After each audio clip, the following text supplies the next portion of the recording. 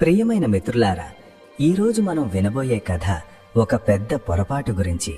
అది ఒక చిన్న అమాయకపు బాలిక ప్రపంచాన్ని ఎలా చిన్నాభిన్నం చేసిందో చెబుతుంది. ఆ బాలిక పేరు గోమతి. ఆమెది ఏ తప్పు లేదు, ఏ దోషమూ లేదు. అయినా కూడా ఆమె ఒక రాజు చేసిన పెద్ద పొరపాటుకు బలైపోయింది. ఒక్క క్షణంలోనే ఆమె అనాథగా మారిపోయింది. ఆమె తల్లిదండ్రులు ఆమెకు దూరమయ్యారు. రాజు తన తప్పుకు చాలా పశ్చాత్తాపపడ్డాడు. అందుకే ఆ బాలికను తన రాజమహల్లో చేర్చుకున్నాడు. కాని రాజుగారి భార్య రాణి మాత్రం గోమతిని తన హృదయంలో ఎప్పటికీ అంగీకరించలేకపోయింది. గోమతికి ఉండటానికి ఒక పెద్ద రాజమహల్ అయితే దొరికింది. కాని ఆమెకు ఎప్పుడూ ఒక తల్లి యొక్క నిజమైన ప్రేమ, మమకారం లభించలేదు. కాబట్టి మిత్రులారా, ఇప్పుడు మనం ఆ దుఃఖభరితమైన కథను శ్రద్ధగా విందాం. ఇక్కడ ఒక్క క్షణం చేసిన అమాయకపు పొరపాటు ఒకరి జీవితాంతం బాధగా ఎలా మిగిలిపోతుందో తెలుసుకుందాం. ఇది చాలా కాలం క్రితం జరిగిన విషయం. ఒక అందమైన, సంతోషకరమైన రాజ్యం ఉండేది. ఆ రాజ్యం చాలా సుసంపన్నమైనది. ఆ రాజ్యం పేరు జౌన్పూర్. ఆ జౌన్పూర్ రాజ్యపు రాజు పేరు మోహన్ సింగ్. రాజా మోహన్ సింగ్ చాలా న్యాయవంతుడు, అందరిపై దయచూపే రాజుగా పేరుగాంచారు. అతని రాణి పేరు మాలినీదేవి. రాణి మాలినీదేవి స్వభావం కొంచెం కఠినమైనది. ఆమె రాజమహల్లో ప్రతి విషయంలో తన దర్పం, అధికారం చలాయించేది. రాజు, రాణీలకు ఒక కుమారుడు ఉండేవాడు. అతని పేరు రాజకుమారుడు దేవాంశ్. రాజకుమారుడు దేవాంశ్ చూడటానికి చాలా అందంగా, అలాగే చాలా ధైర్యవంతుడు, పరాక్రమవంతుడైన యువకుడు. ఆ సమయంలో అతని వయస్సు సుమారు 25 సంవత్సరాలు.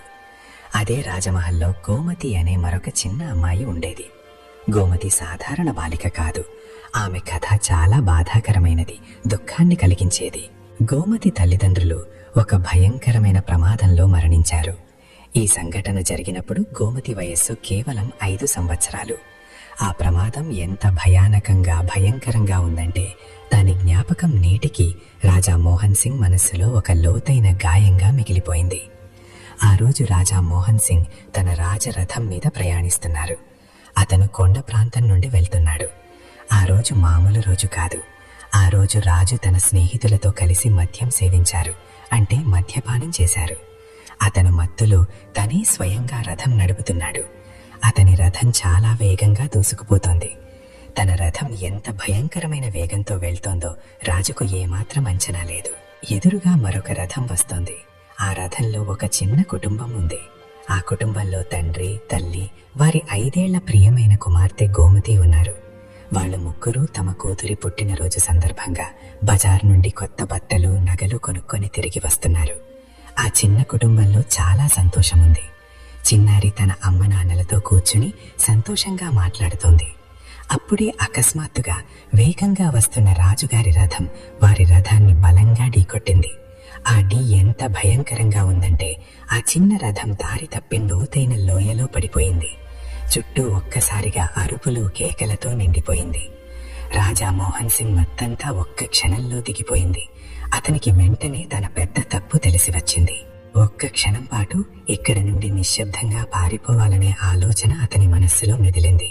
ఎందుకంటే చుట్టుపక్కల చాలా తక్కువ మంది ఉన్నారు. అది నిర్జనమైన కొండ మార్గం. కానీ బహుశా అతనిలోని మానవత్వం ఇంకా పూర్తిగా చనిపోలేదు. ఎందుకో తెలియదు, అతనిలోని మానవత్వం తలెత్తింది. అతను వెంటనే తన రథాన్ని ఆపి కింద లోయలోకి దిగి చూశాడు. అక్కడి దృశ్యం చాలా భయానకంగా ఉంది. రథం ముందు కూర్చున్న 2 వ్యక్తులు, అంటే గోమతి తల్లిదండ్రులు, అక్కడికక్కడే ప్రాణాలు విడిచారు. వారి శరీరాలు దారుణంగా గాయపడి రక్తం కారుతోంది. రాజు ఇక్కడ ఉండటంలో ప్రయోజనం లేదని భావించాడు. వాళ్ళిద్దరూ బ్రతికిలేరు. రాజు వెనక్కి తిరగగానే అతనికి ఒక చిన్న పాప ఏడుపు వినిపించింది. రాజు అడుగులు ఒక్కసారిగా ఆగిపోయాయి. అతను అటూ ఇటూ చుట్టూ చూశాడు. రథంలో ఆ 2 మరణించిన వ్యక్తులు తప్ప 3వ వ్యక్తి ఎవరూ లేరని అతను గమనించాడు. మరి ఈ ఏడుపు శబ్దం ఎక్కడ నుండి వస్తుంది? అతను చాలా శ్రద్ధగా చూశాడు. కొద్ది దూరంలో ఒక ఎండుగడ్డి కుప్ప ఉంది. ఆ కుప్ప మీద ఒక చిన్న పాప కూర్చుని ఏడుస్తోంది. బహుశా ఢీకున్నప్పుడు రథం కిటికీ తెరిచి ఉండి ఉంటుంది. ఆ కిటికీ నుండి ఆ చిన్నారి ఎగిరి ఆ గడ్డి కుప్ప మీద పడింది. ఇంత భయంకరమైన ప్రమాదం జరిగిన తర్వాత కూడా ఆ పాపకు ఎలాంటి తీవ్రమైన గాయాలు కాకపోవడం దేవుడి అద్భుతమే. కేవలం ఆమె ముఖం, చేతులపై కొన్ని చిన్న చిన్న గీతలు పడ్డాయి. రాజా మోహన్ సింగ్ ఆ చిన్నారి దగ్గరికి వెళ్లి వెంటనే ఆమెను తన ఒడిలోకి తీసుకున్నాడు. ఆ పాప ఏడుపు, ఆమె ముఖంలోని అమాయకత్వం చూసి రాజు కళ్లల్లో కూడా నీళ్లు తిరిగాయి. మొదట అతనికి అంత లోతైన దుఃఖం కలగలేదు. కాని ఇప్పుడు ఆ అమాయకపు పాప ఏడుపు చూసి అతను తన తప్పుని చాలా తీవ్రంగా, అంటే చాలా లోతుగా గ్రహిస్తున్నాడు. తన వల్లే ఈ అమాయకురాలైన బాలిక తలపై నుండి తల్లిదండ్రుల నీడ తొలగిపోయిందని రాజుకు అర్థమైంది. రాజు వెంటనే తన సేవకులను పిలిచి రాజ్యం నుండి వైద్యులను, సైనికులను త్వరగా అక్కడికి రప్పించమని పంపాడు. కొద్దిసేపటికే వైద్యులు, సైనికులు ఆ ప్రదేశానికి చేరుకున్నారు. గోమతి తల్లిదండ్రుల శవాలను అక్కడి నుండి తీసుకువెళ్లారు. రాజు తన తప్పును ఒప్పుకున్నాడు. అతను రాజ్య ప్రధాన న్యాయమూర్తి ముందు తన నేరాన్ని అంగీకరించాడు. రాజు చేసిన ఈ పెద్ద తప్పుకు శిక్ష విధించబడింది. అతనికి కొన్ని నెలల పాటు రాజమహల్ నుండి బయట సాధారణ జీవితం గడపాలనే శిక్ష విధించబడింది. రాజు ఈ శిక్షను సంతోషంగా అంగీకరించాడు. కాని రాజమహల్ నుండి వెళ్లే ముందు అతను ఆ చిన్నారి గోమతిని తన రాజమహల్కు పంపాడు. ఆ బాలికను జాగ్రత్తగా చూసుకోమని తన సేవకులకు కఠినమైన ఆదేశాలు ఇచ్చాడు. రాజ్యంలోని ప్రజలు ఆ బాలిక కుటుంబం గురించి ఆరా తీయగా గోమతికి తల్లిదండ్రులు తప్ప మరెవరూ లేరని తెలిసింది. వాళ్లు గత 7 ఏళ్లుగా ఒక అద్దె ఇంట్లో నివసిస్తున్నారు. వారి ఇంటికి ఎవరూ వచ్చిపోవడం లేదని పొరుగువారు చెప్పారు. వారికి బంధువులు ఎవరూ లేరని అనిపించింది. మరికొందరిని విచారించగా గోమతి తల్లిదండ్రులు ప్రేమ వివాహం చేసుకున్నారని తెలిసింది. ఆ కారణంగా వారు తమ కుటుంబ సభ్యుల నుండి విడిపోయి జీవించసాగారు. బహుశా అందుకే వారి కుటుంబ సభ్యులు వారితో అన్ని రకాల సంబంధాలు తెంచుకున్నారు. ఇప్పుడు ఆ చిన్నారి గోమతికి ఈ ప్రపంచంలో తన వాళ్ళు ఎవ్వరూ లేరు. రాజ్య న్యాయమూర్తి ఈ సమాచారమంతా తెలుసుకున్న తర్వాత ఆ బాలిక సంరక్షణ బాధ్యత మొత్తం రాజా మోహన్ సింగ్దే అని తీర్పు ఇచ్చారు. రాజు కూడా ఈ విషయాన్ని సంతోషంగా అంగీకరించాడు. కాని భవిష్యత్తులో ఎప్పుడైనా ఆ బాలిక కుటుంబ సభ్యులు వస్తే ఆమెను వెంటనే వారికి అప్పగించాలని కూడా న్యాయమూర్తితో చెప్పాడు. ఈ విధంగా ఆ బాలిక రాజమహల్లో నివసించసాగింది. రాణి మాలినీదేవికి ఈ విషయమంతా తెలిసినప్పుడు ఆమెకు చాలా కోపం వచ్చింది. ఒక అపరిచిత అనాథ అమ్మాయిని తమ రాజమహల్లో ఉంచడం ఆమెకు అస్సలు నచ్చలేదు. కాని ఆ సమయంలో రాజమహల్ నుండి బయటకు వెళ్లి శిక్ష అనుభవిస్తున్న తన భర్త గురించి ఆమెకు ఎక్కువ చింతగా ఉంది. అందుకే ఆమె ఆ బాలికపై పెద్దగా దృష్టి పెట్టలేదు. ఆమెను మహల్లోని దాసీలపరం చేసింది. గోమతి రాజమహల్లో నెమ్మదిగా పెరగసాగింది. రాణి మాలినీదేవి ఎప్పుడూ ఆమెను ద్వేషిస్తూనే ఉండేది. కాని రాజా మోహన్ సింగ్ ప్రేమ, ఆప్యాయత ఆమెకు బ్రతకడానికి సరిపోయేవి. రాజు ఆమె ప్రతి చిన్న పెద్ద అవసరాన్ని చూసుకునేవాడు. ఆమెకు గురుకులంలో మంచి విద్యను అందించాడు. గోమతి రాజమహల్కు వచ్చినప్పుడు రాజకుమారుడు దేవాంశ్ వయసు 12 సంవత్సరాలు. దేవాంశ్ ఆ సమయంలో యుద్ధ విద్యలు, రాజకీయ శాస్త్రం నేర్చుకోవడానికి వేరే రాజ్యంలోని గురుకులంలో ఉన్నాడు. అతను గురుకులం నుండి తిరిగి వచ్చేసరికి గోమతి 18 సంవత్సరాల యువతి అయ్యింది. దేవాంశ్కు మొదటి నుండి అతని తల్లి రాణి మాలినీదేవి గోమతి గురించి చాలా చెడుగా చెప్పింది. ఆమె చిన్నప్పటి నుండి రాజకుమారుడు దేవాంశ్ మనసులో గోమతి పట్ల ద్వేష బీజాలు నాటారు. ఎక్కడ తన యువకుడైన కుమారుడు ఆ అందమైన బాలిక వైపు ఆకర్షితులవుతాడో అని రాణికి భయంగా ఉండేది. గోమతి చిన్నప్పటి నుంచే చాలా రూపవతి, అంటే చాలా అందంగా ఉండేది.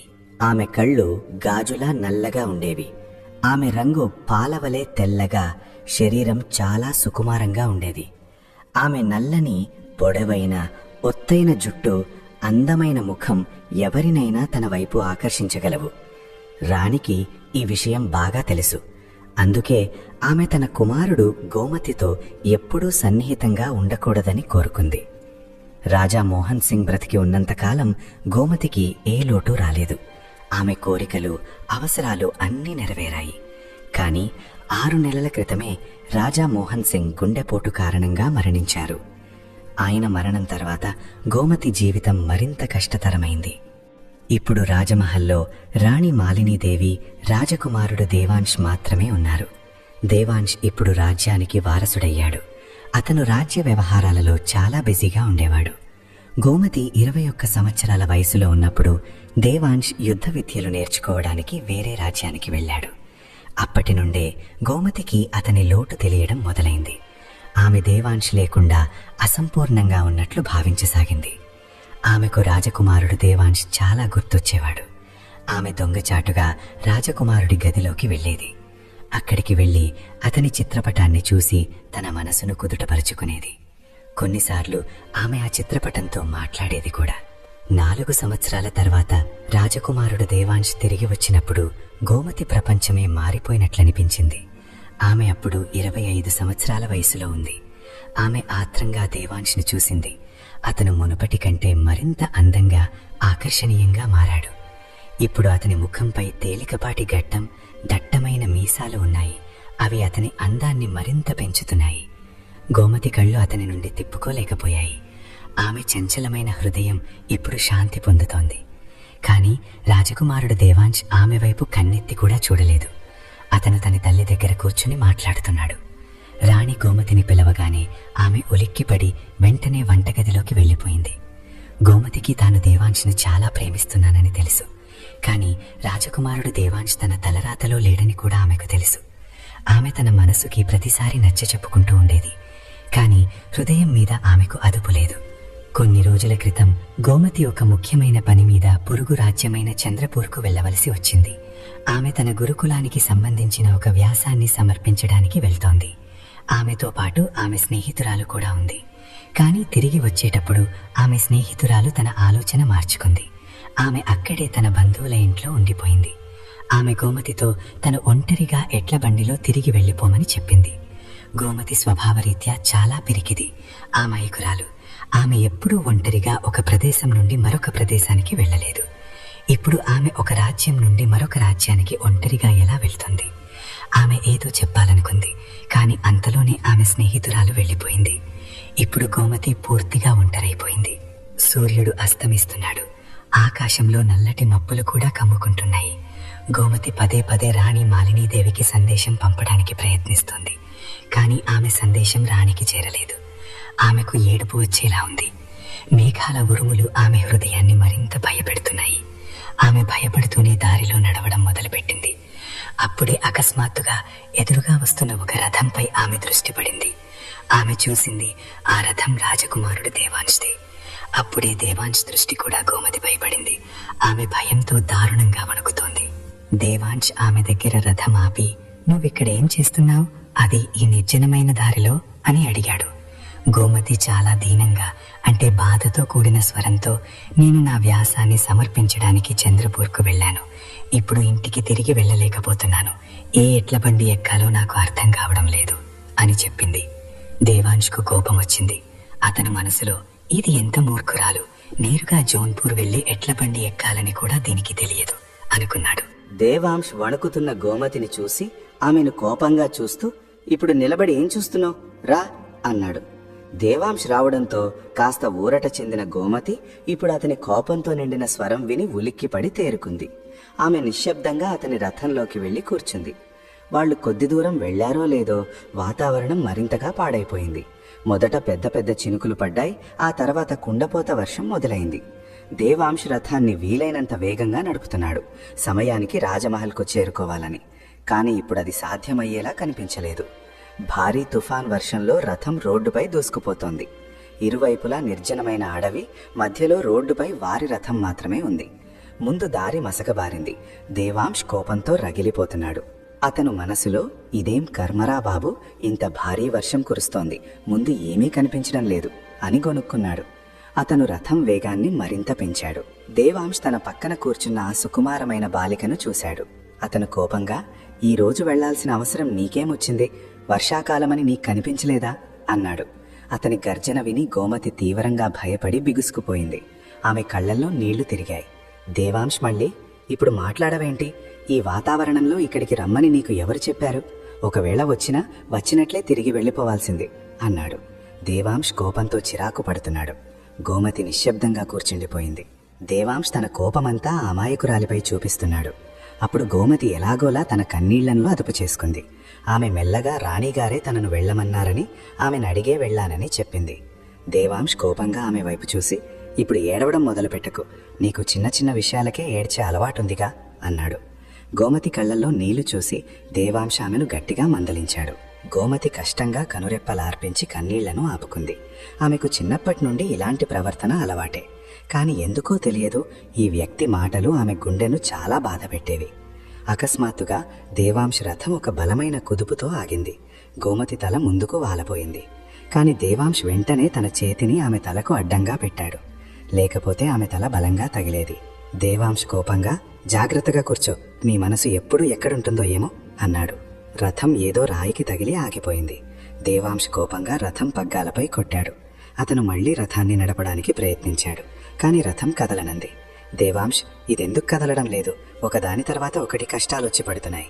గోమతి నిశ్శబ్దంగా కూర్చుంది. దేవాంశ్ అలసిపోయి రథం నుండి కిందకు దిగాడు.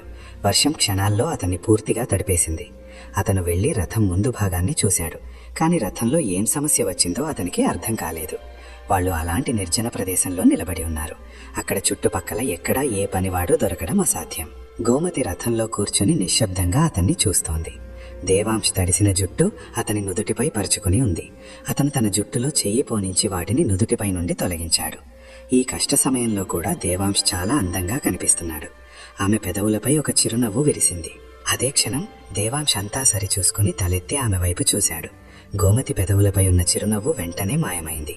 దేవాంశ్ తిరిగి రథంలోకి వచ్చి కూర్చున్నాడు. అతని నుదుటి నుండి నీరు కారుతోంది. అతని బట్టలు శరీరానికి అతుక్కుపోయాయి. గోమతి వెంటనే తన చూపులను పక్కకు తిప్పుకుంది. దేవాంశ పథంలో ఏదో సమస్య వచ్చిందని పనివాడిని తీసుకురావాలని చెప్పాడు. గోమతి ఇక్కడే కూర్చుని అతని కోసం వేచి ఉండాలి. అతను ఎక్కడి నుంచైనా పనివాడిని తీసుకొస్తాడు. దేవాంశ్ మాటలు విని గోమతి శరీరం నుండి ప్రాణం పోయినట్లయింది. ఆమె నమ్మశక్యం కాని చూపులతో దేవాంశ్ వైపు చూసింది. అతను తననిక్కడ వదిలి వెళ్ళిపోతాడా అని అడిగింది. ఇంత చీకటి దారిలోనా? దేవాంశ్ తల ఊపుతూ ఆమె వైపు చూసి రథాన్ని లోపలి నుండి మూసుకుని కూర్చోమని, ఎవరూ ఏమీ చెయ్యరని చెప్పాడు. గోమతి భయంతో, లేదు, నేనిక్కడ ఒంటరిగా ఉండను, నేను కూడా మీతో వస్తాను అంది. దేవాంశ్ తనను తాను నిగ్రహించుకుంటూ పిడికిళ్లు బిగించాడు.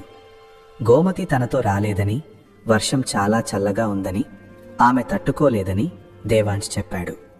కాని గోమతి మొండిగా, నాకేమీ తెలియదు, నేను మీతోనే వస్తాను, నేను ఇంత చీకట్లో అస్సలు ఉండను అని చెప్పింది.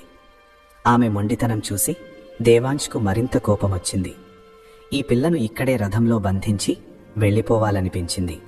కాని ఆమె కారుస్తున్న కన్నీళ్లు, భయంతో వణుకుతున్న శరీరం చూసి అతను ఒక లోతైన శ్వాస తీసుకున్నాడు. దేవాంశ్ చిరాగ్గా, సరేరా, ఇప్పుడు ఈ చల్లటి వర్షంలో వెళితే నీకు బుద్ధి వస్తుంది అన్నాడు. అతను రథం నుండి కిందకు దిగాడు. గోమతి కూడా వెంటనే అతని వెనుక రథం నుండి దిగింది. అతను నిజంగానే తనను రథంలో బంధించి ఒంటరిగా వదిలి వెళ్ళిపోతాడేమోనని ఆమెకు భయంగా ఉంది. కాని బయటకు రాగానే చల్లటి వర్షం ఆమె శరీరాన్ని తాకడంతో ఆమెకు వణుకు పుట్టింది. కాని ఆమె ధైర్యం కోల్పోలేదు. ఈ సమయంలో ఆమె చలికి వణికితే దేవాంశ్ ఖచ్చితంగా ఆమెను రథంలోకి తిరిగి పంపేస్తాడు. అందుకే చలిని భరిస్తూ ఆమె పూర్తి ధైర్యంతో అతని వెనుక నడవడం మొదలుపెట్టింది. అకస్మాత్తుగా గోమతి కాళ్లకు ఏదో తగలడంతో ఆమె గొంతు నుండి ఒక కేక వెలువడింది. దేవాంశ్ వెనక్కి తిరిగి ఆమెను కోపంగా చూస్తూ, అరవడం ఆపు, లేకపోతే నాకంటే చెడ్డవాడుండడు అన్నాడు. గోమతి అతని ఎర్రటి కళ్ళు చూసి భయంతో తలదించుకుంది. కాని ఆమె ఎక్కువసేపు నిశ్శబ్దంగా ఉండలేకపోయింది. దేవాంశ్ ముందుకు వెళ్తూ తన ముందున్న పొదలను తొలగిస్తున్నాడు. అతని వెనుక నడుస్తున్న గోమతి ఎక్కువసేపు మౌనంగా ఉండలేకపోయింది. గోమతి భయంతో వణుకుతూ, ఈ అడవిలో పులులతో పాటు దెయ్యాలు, భూతాలు కూడా ఉంటాయని విన్నానని, అవి తమ ముందుకొస్తే ప్రాణాలు తీసేస్తాయని చెప్పింది. తన మాట చెప్పిన తర్వాత ఆమె ఏడవడం కూడా మొదలుపెట్టింది. ఎందుకంటే చుట్టూ ఉన్న వాతావరణం చాలా భయంకరంగా ఉంది. వర్షం భయంకరమైన శబ్దం, వింత జీవుల అరుపులు ఆమెను భయపెడుతున్నాయి. దేవాంశ్ తనను తాను నిగ్రహించుకుంటూ కళ్ళు మూసుకున్నాడు. ఒకటేమో ఈ పిల్ల వల్ల అడవిలో ఇరుక్కుపోయాడు. దానికి తోడు ఇదింకా విసిగిస్తుంది. అతని మనసు అంగీకరించలేదు. దేవాంశ్ కోపంగా, కొద్దిసేపు తన వాగుడు ఆపగలదా ఇది అన్నాడు. దేవాంశ్ వెనక్కి తిరిగాడు. కాని ఎదురుగా నిలబడిన గోమతి ముఖం భయంతో పాలిపోయింది. ఆమె వర్షంలో పూర్తిగా తడిసిపోయింది. ఆమె తడి జుట్టు, దట్టమైన ముంగురులు ఆమె ముఖానికి అంటుకున్నాయి. చలికి ఆమె పెదవులు ఎర్రబడ్డాయి. బహుశా ఆమె చలికి వణుకుతోంది, కాని బయటపడడానికి ప్రయత్నించడం లేదు. ఆమె తనకు చలిగా ఉందని ఒక్కసారి కూడా చెప్పలేదు. కాని ఇప్పుడు ఆమె పరిస్థితి చూసి దేవాంశ్కు ఆమెకు చలిగా ఉందని అర్థమైంది. చిన్నప్పటి నుండి ఇప్పటి వరకు అతను తన తల్లి మాటల వల్ల ఈ పిల్లపై చిరాకు పడుతూ వచ్చాడు. కాని అతను ఆ సుకుమారమైన బాలికను ఎప్పుడూ శ్రద్ధగా చూడలేదు. ఈరోజు ఈ ఒంటరితనం, నిర్జన ప్రదేశంలో అతను ఆమెను శ్రద్ధగా చూస్తున్నాడు. గోమతి అతని చూపులకు కంగారు పడింది. ఆమె కంగారుగా చుట్టూ చూసింది. అప్పుడు దేవాంశ్ కూడా తన ప్రవర్తనకు తనను తాను తిట్టుకుంటూ స్పృహలోకి వచ్చాడు. అతను కోపంగా తన పిడికిళ్లు బిగించాడు. దేవాంశ్, తనతో రావాలంటే నిశ్శబ్దంగా రా, లేకపోతే ఇక్కడే వదిలేసి వెళ్ళిపోతానని, అప్పుడు పులులు దెయ్యాలు నిన్ను చంపేస్తాయని. నిజంగా తనకు ఆ విషయం పట్ల ఏమాత్రం బాధ కూడా ఉండదని చెప్పాడు. గోమతి కళ్ళు ఆశ్చర్యంతో పెద్దవయ్యాయి. మరుక్షణమే ఆమె కళ్ళలో ఆశ్చర్యం స్థానంలో భయం చోటు చేసుకుంది. ఆమె భయంతో, లేదు, దయచేసి నన్నిక్కడ వదిలి వెళ్ళకండి అంది. గోమతి తీవ్రంగా భయపడి తన స్థానం నుండి ఉలిక్కిపడి అకస్మాత్తుగా దేవాంశ్ చేతిని పట్టుకుంది. మరోసారి దేవాంశ్ గుండె చప్పుడు తన వేగాన్ని కోలుకోసాగింది. దేవాంశ్ గద్దించే స్వరంతో ఆమెను దయచేసి నన్ను ఇక్కడ వదిలి వెళ్ళకండి అంది. ఆమె ఏ క్షణంలోనైనా ఏడ్చేందుకు సిద్ధంగా ఉంది. కానీ ఎదురుగా నిలబడిన ఆ కఠిన హృదయుడి కారణంగా ఏడవలేకపోతోంది. దేవాంశ్ తాను ఆమెను వదిలి వెళ్లడం లేదని, దయచేసి ఇప్పుడు నిశ్శబ్దంగా నా వెనుకరా అని చెప్పాడు. ఈసారి అతని స్వరం కొంత శాంతంగా ఉంది. వాళ్ళిద్దరూ కొద్ది దూరం వెళ్ళాక దేవాంశ్కు ఒకచోట కొంత వెలుతురు కనిపించింది. దేవాంశ్ గోమతి చేతిని పట్టుకుని ఆమెను తనతో పాటు ముందుకు నడిపించాడు. అదే సమయంలో అక్కడ నుండి ఇద్దరు యువకులు బయటకు వచ్చి దేవాంశ్ ముందు నిలబడ్డారు. దేవాంశ్ వాళ్ళిద్దరితో తమ రథం పాడైపోయిందని, అది ఇక్కడికి కొద్ది దూరంలో ఉందని, దయచేసి సహాయం చేయండి అని అడిగాడు. కాని ఆ ఇద్దరు యువకుల కళ్ళు గోమతి తడిసిన శరీరంపైనే నిలిచి ఉన్నాయి. దేవాంశ్ చాలా నిగ్రహించుకుంటూ వాళ్ళిద్దరి అసభ్యకరమైన చూపులను చూశాడు. కోపంతో మళ్లీ తన పిడికిళ్లు బిగించాడు. అతను తెలియకుండానే గోమతిని తన వెనుకకు నెట్టాడు. దేవాంశ్ ఈసారి కఠిన స్వరంతో, నేను మీతో మాట్లాడుతున్నాను. నా రథం పాడైపోయింది. ఇక్కడ చుట్టుపక్కల ఎవరైనా పనివాడు దొరుకుతాడా అని అడిగాడు. వారిలో ఒక యువకుడు అసభ్యకరమైన చూపులతో గోమతి వైపు చూస్తూ చాలా అమర్యాదకరంగా, మేము మీ ప్రశ్నకు సమాధానమిస్తాం, ముందు మాకు ఈ అందమైన అమ్మాయిని చూడనివ్వండి అన్నాడు. దేవాంశ్ కోపంగా, మీ వాగుడు ఆపండి. ఈ అమ్మాయి గురించి ఏమైనా పిచ్చిగా మాట్లాడడానికి ప్రయత్నిస్తే మిమ్మల్ని చంపేస్తాను అన్నాడు. కానీ ఆ యువకులు కూడా చాలా సిగ్గులేని దుష్ట స్వభావం కలవారు. ఒకడు, మనమొక ఒప్పందం చేసుకుందాం. నువ్వు ఈ అమ్మాయిని ఇక్కడే వదిలి వెళ్ళిపో. మేము నిన్నేమీ అనము. లేకపోతే నువ్వు మా దారికి అడ్డు వస్తే నీ ప్రాణాలు కోల్పోతావు అన్నాడు. దేవాంశ్ కనుబొమ్మలు పైకెత్తి ఆ యువకుడి ధైర్యాన్ని మెచ్చుకున్నాడు. గోమతి భయంతో గట్టిగా దేవాంశ్ చేతిని పట్టుకుని అతనికి అతుక్కుని నిలబడింది. ఎక్కడ అతను తనను వదిలి నిజంగానే వెళ్ళిపోతాడో అన్నట్టుగా ఆమె అతన్ని అంత గట్టిగా పట్టుకుంది. మరుక్షణమే దేవాంశ్ చేయి గాలిలో లేచి ఆ యువకుడి ముఖంపై ఒక బలమైన గుద్దు గుద్దాడు. ఆ యువకుడు దూరంగా పడిపోయాడు. ఇది చూసి రెండవ యువకుడు దేవాంశ్ మీద దాడి చేశాడు. కానీ దేవాంశ్ ఒక్క క్షణంలోనే అతన్ని కూడా నేల కరిపించాడు. మరుక్షణమే అతను ఆ ఇద్దరు యువకులను దారుణంగా కొట్టడం మొదలుపెట్టాడు. గోమతి నోటిపై చెయ్యి పెట్టుకుని ఆశ్చర్యంగా ఆ దృశ్యాన్ని చూస్తోంది. దేవాంశ్ వారిద్దరినీ కొట్టి కొట్టి అలసిపోయాడు. ఆ ఇద్దరు యువకులు ఇప్పుడు ముఖం నేలకు ఆనించి పడి ఉన్నారు. దేవాంశ్ వారిని తన్నుతూ, ఇకపై ఏ అమ్మాయి మీదైనా ఇలాంటి అసభ్యకరమైన చూపులు చూస్తే ఈ దెబ్బలనెప్పటికీ గుర్తుంచుకోండి అన్నాడు. దేవాంశ్ గోమతిని తనతో పాటు తీసుకుని ముందుకు సాగాడు. గోమతి ఆశ్చర్యంతో, విస్మయంతో అతనితో పాటు లాగబడుతూ వెళ్ళింది. కొంత దూరం వెళ్ళాక వారికి ఒక పనివాడు దొరికాడు. వర్షం వేగం కూడా కాస్త తగ్గింది. కొద్దిసేపట్లోనే వారి రథం బాగుపడింది. దేవాంశ్ గోమతిని రథంలో కూర్చోమని సైగ చేసి తర్వాత తను రథం నడిపే స్థానంలోకి వచ్చి కూర్చున్నాడు. కాని కూర్చోబోయే ముందు అతను కోపంగా గోమతి వైపు చూడడం మర్చిపోలేదు. ఆమె భయంతో దారుణంగా వణుకుతోంది. ఆమె భయంతో వణుకుతోందా లేక చలితోనా దేవాంశ్కు అర్థం కాలేదు. దేవాంశ్ తన తల్లి రాణి మాలినీదేవికి దారిలోనే సందేశం పంపి తాను గోమతిని తీసుకుని రాజమహల్కు వస్తున్నానని చెప్పాడు. వాళ్ళు రాజమహల్కు చేరుకునేసరికి రాణి మాలినీదేవి కోపంగా, మీరిద్దరూ ఎక్కడ ఉండిపోయారు? నేను ఎప్పటి నుంచో మీకోసం ఎదురు చూస్తున్నాను. ఇంత ఆలస్యం ఎందుకు చేశారు అని అడగసాగింది. రాణి కోపంగా గోమతి వైపు చూస్తూ ఈ మాటలన్నీ అంది. ఆమె వెనుకే దేవాంశ్ కూడా తడిసి లోపలికి వచ్చాడు. రాణి తన ప్రియమైన కుమారుడిని అలా తడిసి ఉండడం చూసి వెంటనే తల్లడిల్లి తన స్థానం నుండి లేచింది. రాణి ఆందోళనగా, దేవాంశ్, ఇంతలా ఎలా తడిసిపోయావు? నీ ఆరోగ్యం పాడవుతుంది అంది. గోమతి హృదయం ఇదంతా చూసి చాలా బాధపడింది. తను కూడా పూర్తిగా తడిసిపోయింది. కానీ ఆమెకు తన పరిస్థితి తెలుసు. తను ఈ ప్రజలకు ఏమవుతుందని వాళ్ళు తన గురించి చింతిస్తారు. ఎవరి గురించి చింతించాలో ఆమె తన గురించి చింతిస్తోంది. కానీ కనీసం మానవత్వం కోసమైనా రాణి ఆమెపై కొంచెం సానుభూతి చూపించి ఉంటే బహుశా గోమతి హృదయానికి ఊరట లభించేది. దేవాంశ్ నిశ్శబ్దంగా నిలబడి పెదవులు అదిమి పట్టుకున్న గోమతి వైపు ఒకసారి చూశాడు. రాణి దేవాంశ్ను తనతో పాటు విశ్రాంతి గదిలోకి తీసుకెళ్లి కూర్చోబెట్టింది. రాణి కఠిన స్వరంతో గోమతితో, ఇప్పుడు నిలబడి ఏం చూస్తున్నావ్? వెళ్లి టవల్ తీసుకురా అంది. గోమతి వెంటనే స్పృహలోకి వచ్చి త్వరగా టవల్ తీసుకువచ్చి రాణికి ఇచ్చింది. రాణి ఆమెపై ఒక కఠినమైన చూపు వేసి టవల్ తీసుకుంది. చాలా ప్రేమగా తన కొడుకు తవి జుట్టును తుడవసాగింది. గోమతి కళ్లలో నీళ్లు తిరిగాయి. ఆమె ఎప్పుడూ రాణి మాలినీదేవిని తన తల్లి స్థానంలో చూడటానికి ప్రయత్నించింది. కాని రాణి ఆమెను ఎప్పుడూ తన కూతురిగా చూడలేకపోయింది. గోమతి వారికి ఒక భారం తప్ప మరేమీ కాదు. రాణి చిన్నప్పటి నుండి నేటి వరకు గోమతిని ద్వేషిస్తూనే ఉంది. ఆమె గోమతిని ఏ విధంగానూ తన రాజమహల్లో సహించాలనుకోలేదు. కాని గోమతికి వారు తప్ప ఈ ప్రపంచంలో ఎవరూ లేరు. ఆమె ఎప్పటినుంచో ఈ ఆలోచనలలో మునిగిపోయిందో ఏమో, రాణి మాలినీదేవి మరోసారి కోపంతో కూడిన స్వరం ఆమె చెవులలో పడింది. రాణి, ఇప్పుడిక్కడ నిలబడి ఏం చూస్తున్నావ్? నీ గదికి వెళ్ళు. వెంటనే బట్టలు మార్చుకుని వచ్చి భోజనం వేడి చెయ్యి. నా కొడుక్కి ఆకలిగా ఉంటుంది అంది. రాణి అంత వేగంగా చెప్పడంతో గోమతి తన స్థానం నుండి ఉలిక్కిబడింది. ఈరోజు మొదటిసారి దేవాంశ్ నిశ్శబ్దంగా తన తల్లి ఈ ప్రవర్తనను గోమతితో చూడటం గమనిస్తున్నాడు. గోమతి ఎలా భయంతో బిగుసుకుపోయి నిలబడిందో, 8 సంవత్సరాల క్రితం అతను ఈ రాజమహల్ నుండి వెళ్ళినప్పుడు కూడా రాజమహల్లో వాతావరణం ఇలాగే ఉండేది. రాణి మాలినీదేవి మాట మాటకు గోమతిని మందలించేది, ఆమెను చెడుగా తిట్టేది. ఆ సమయంలో దేవాంశ్కు కూడా గోమతిదే తప్పనిపించేది. కాని ఇన్ని సంవత్సరాల తర్వాత కూడా రాణి ప్రవర్తన గోమతి పట్ల మారలేదు. దేవాంశ్ మృదువైన స్వరంతో, అమ్మా, ఈ అమాయకురాలి తప్పేముంది? మీరెందుకు ఇంత కోపంగా ఉన్నారు? మీ ఆరోగ్యం పాడవుతుంది. పైగా ఆమె కూడా వర్షంలో తడిసి వచ్చింది కదా చూడండి అన్నాడు. రాణి, వదిలి, నువ్వు ఈ అమ్మాయి తరఫున మాట్లాడాల్సిన అవసరం లేదు. నీకు తెలియదు, ఈ అమ్మాయి వల్లే మీ నాన్న న్యాయస్థానాలు, అధికారులు చుట్టూ తిరగాల్సి వచ్చింది.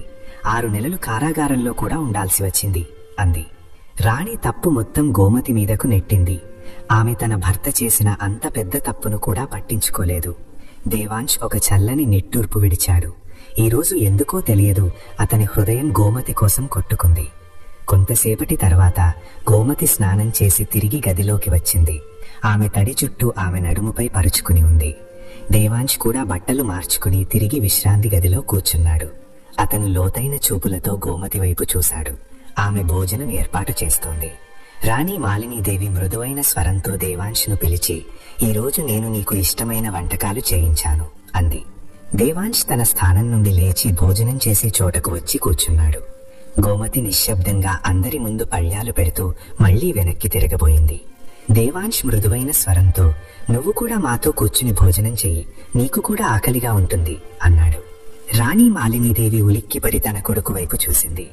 ఈరోజు ఆమెకు తన కొడుకు కళ్లలో ఒక విభిన్నమైన మెరుపు కనిపించింది. తర్వాత ఆమె గోమతి వైపు చూసింది. ఆమె ముఖంపై ఒక విభిన్నమైన ఎరుపుదనం వ్యాపించింది. రాణికి అనుమానం వచ్చింది. ఆమె తన ప్రియమైన కొడుకు చూపులు ఎటువైపు ఉన్నాయో కష్టంగా గ్రహించింది. ఆ చూపులు తను ఎంత కఠినంగా ద్వేషించే ఆ అమ్మాయి వైపే ఉన్నాయి. గోమతి నిశ్శబ్దంగా భోజనం చేసే చోట కూర్చుని మౌనంగా తన పళ్ళెంలో భోజనం వడ్డించుకోసాగింది. కాని రాణి మాలినీదేవి తీక్షణమైన చూపుల వల్ల ఆమె చాలా ఇబ్బంది పడుతోంది. ఆమె కష్టంగా కొంచెం మాత్రమే తిని లేచింది. ఈసారి దేవాంశ్ ఆమెను ఆపడానికి ప్రయత్నించలేదు. కేవలం ఒక చూపు ఆమెపై వేసి తన భోజన పళ్ళెం వైపు వంగాడు. రాణి మాలినీదేవి తన గదిలో కూర్చుని లోతైన ఆలోచనలలో మునిగిపోయింది. ఆమె చూపులు ఎదురుగా ఉన్న గోడపై నిలిచి ఉన్నాయి. ఆమె కళ్లలో ఒక విభిన్నమైన శూన్యత ఉంది. ఆమె గత రాత్రి తన కొడుకు చూపులకు తీవ్రంగా భయపడింది. ఆమె తన కొడుకు మనసులోని భావాలను పసిగట్టింది. ఆమె ఈ భయం వల్లే తన జీవితాంతం తన కొడుకు హృదయంలో ఈ అమ్మాయి పట్ల ద్వేష బీజాలు నాటింది. ఎందుకంటే గోమతి చిన్నప్పటి నుంచే చాలా అందంగా ఉండేది. ఆమె కళ్ళు గాజులా బంగారు వర్ణంలో ఉండేవి. పాల వంటి తెల్లని సుకుమారమైన శరీరం, బంగారు వర్ణంలో పొడవైన దట్టమైన జుట్టు, అలాంటి అందమైన ముఖ కవళికలు ఉండేవి. ఆమెను చూసి మళ్లీ వెనక్కి తిరిగి చూడాలనిపించేది. చిన్నప్పటి నుండి ఒక భారంలా తన గుండెలపై మోసిన అమ్మాయిని ఇప్పుడు శాశ్వతంగా తన నెత్తిన ఎక్కించుకోవడం ఆమెకు అస్సలు సహించరానిది. కానీ ఈరోజు తనకనిపించింది తను నాటిన ద్వేష బీజాలు ఒక బలమైన చెట్టుగా మారలేదని. చిన్నప్పటి నుండే దేవాంశ్ హృదయంలో నాటిన ద్వేష బీజాలు మొలకెత్తలేదు. దేవాంశ్ ఆమె ఒక్కగానొక్క కొడుకు. ఆమెకు అతని ప్రతి విషయం బాగా తెలుసు. ఒకవేళ అతను పట్టుబడితే తను ఏమీ చెయ్యలేనని కూడా ఆమెకు బాగా తెలుసు. అందుకే ఆమె గోమతి గురించి త్వరలోనే ఒక పెద్ద నిర్ణయం తీసుకోవలసి ఉంది. ఆ నిర్ణయం ఆమె తీసుకుంది కూడా. ఆమె గోమతిని ఈ రాజమహల్ నుండి వీలైనంత త్వరగా పంపించేయాలనుకుంది. అలా అనుకుంటూనే ఆమె వెంటనే సందేశం పంపే ఏర్పాటు చేసింది. ఆమె తన స్నేహితురాలు సరళకు సందేశం పంపింది. సరళ రాణి మాలినీదేవికి పాత స్నేహితురాలు. ఆమె పాత ప్రాంతంలో నివసించేది. సందేశంలో ఆమె తనను కలవాలని ఉందని, సరళ రేపే రాజమహల్కు రావలసిందిగా కోరింది. మరుసటి రోజే సరళ రాణి మాలినీదేవి రాజమహల్కు చేరుకుంది. గోమతి తలుపు తెరిచి సరళను రాణి దగ్గరకు విశ్రాంతి గదిలోకి తీసుకువచ్చింది. రాణి ప్రశాంత స్వరంతో గోమతితో తను వెళ్లి తాగడానికి ఏదైనా చల్లని పానీయం తయారు చేసి రాత్రికి భోజనం కూడా సిద్ధం చేయమని చెప్పింది. గోమతి తలవంచుకుని వెళ్ళిపోయింది. సరళ ఆశ్చర్యంగా, ఇది ఎంత పెద్దదైపోయింది, ఎంత అందంగా తయారైంది. నేను చూసినప్పుడు ఇది చిన్నగా ఉండేది, ఈరోజు ఇంత పెద్దదైపోయింది అంది. రాణి మాలినీదేవి ఒక చల్లని నిట్టూర్పు విడిచింది. ఆమె, సరళ, అందుకే నేను నిన్ను పిలిచాను. నేనిప్పుడు ఈ అమ్మాయికి పెళ్లి చేసి దీని నుండి విముక్తి పొందాలనుకుంటున్నాను అంది. సరళ, పెళ్ళా? కాని ఇంత తొందరగా ఎందుకు? అవును, నిజమే, ఒళ్ళు చేసింది, మాట్లాడే తెలివి కూడా వచ్చింది. కానీ ఇప్పుడు బహుశా 20 సంవత్సరాలే ఉంటాయి అంది. రాణి, అవును, 20 సంవత్సరాలు తక్కువేమీ కాదు సరళ. 2 ఏళ్ల క్రితమే దీని రాజమహల్ నుండి టుంటించి అనిపిస్తుంది నాకు. ఆమె సరళను గోమతి కోసం కొన్ని సంబంధాలు చూడమని కోరింది. ఆమె ఇప్పుడు వీలైనంత త్వరగా దీన్ని రాజమహల్ నుండి బయటకు పంపాలనుకుంటోంది. సరళ, మాలిని, నువ్వు అటు ఇటు సంబంధాలు చూడాల్సిన అవసరమేముంది?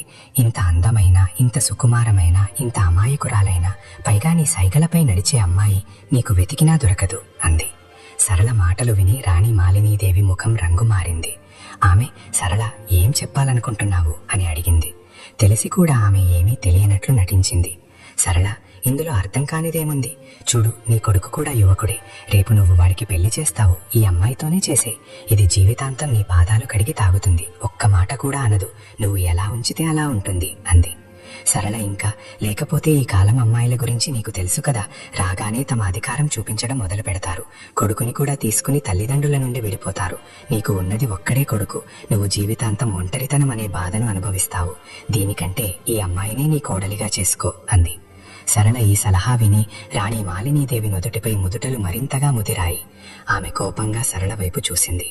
రాణి, సరళ, నేను నిన్ను ఏ పనికి పిలిచానో దానిపై దృష్టి పెడితే మంచిది. నాకు ఎక్కువ సలహాలు ఇవ్వాల్సిన అవసరం లేదు. నేను ఈ అమ్మాయిని ఎప్పటికీ నా రాజమహల్ కోడలిని చేసుకోను. ఆమె తన ఒక్కగానొక్క కొడుకు కోసం ఏదైనా ధనవంతుల పెద్ద కుటుంబం నుండి అమ్మాయిని తీసుకువస్తుంది.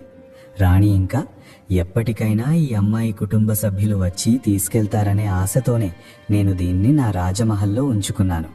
కానీ వాళ్ళు కూడా ఈ అమ్మాయి నుండి విముక్తి పొంది సంతోషంగా ఉన్నట్లున్నారు. ఈ రోజు వరకు ఈ అమ్మాయిని ఆమె కుటుంబ సభ్యులు తీసుకెళ్లడానికి రాలేదు అంది. రాణి, దీని తల్లిదండ్రులు ఎలాంటివారో ఏమో. అసలు ప్రపంచంలో సొంత బంధువులు లేని వాళ్ళు కూడా ఉంటారా? తప్పకుండా చెడ్డ నడవడిక గలవాళ్లై ఉంటారు. కుటుంబ సభ్యులందరూ సంబంధాలు తెంచుకుని ఉంటారు. ఈ చెత్త కుప్ప వచ్చి మా రాజమహల్లో పడింది అంది. అలాంటి చెత్త కుప్పను శాశ్వతంగా తన రాజమహల్లో ఉంచుకోమని సరళ అంటుందా? అదెప్పటికీ సాధ్యం కాదు అంది. రాణి, ఈ అమ్మాయిని పెళ్లి చేసుకుంటే నా కొడుక్కి ఏమొస్తుంది?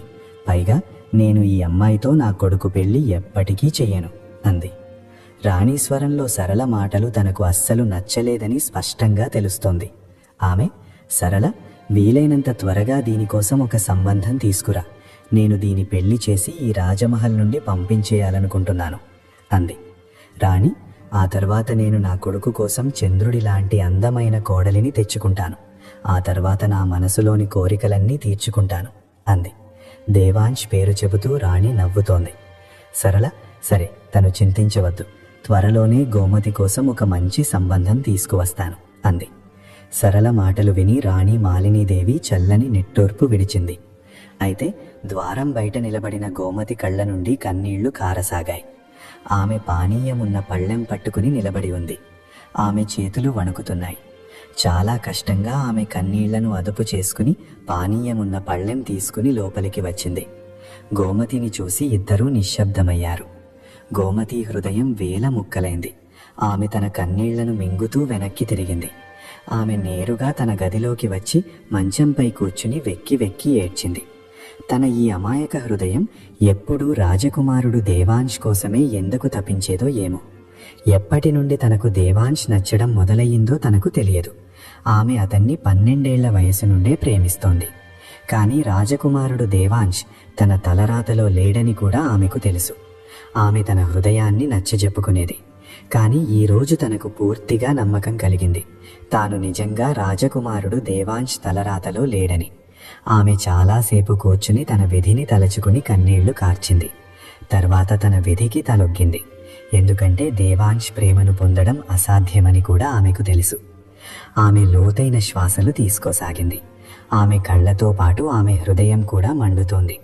రాజకుమారుడు దేవాంశ్ తనను ప్రేమించినప్పుడు తను ఎవరి ఎండతో తన ప్రేమ కోసం నిలబడుతుందని ఆమెకు నమ్మకముంది. ఆమె తన ఏకపక్ష ప్రేమను తన హృదయంలోనే సమాధి చేసింది. ఆమె దేవాంశ్ ముందు తన ప్రేమ భిక్షను అడుక్కోలేదు. గోమతి తోటలోని ఉయ్యాలపై కూర్చుని తన విధి గురించి ఆలోచిస్తోంది.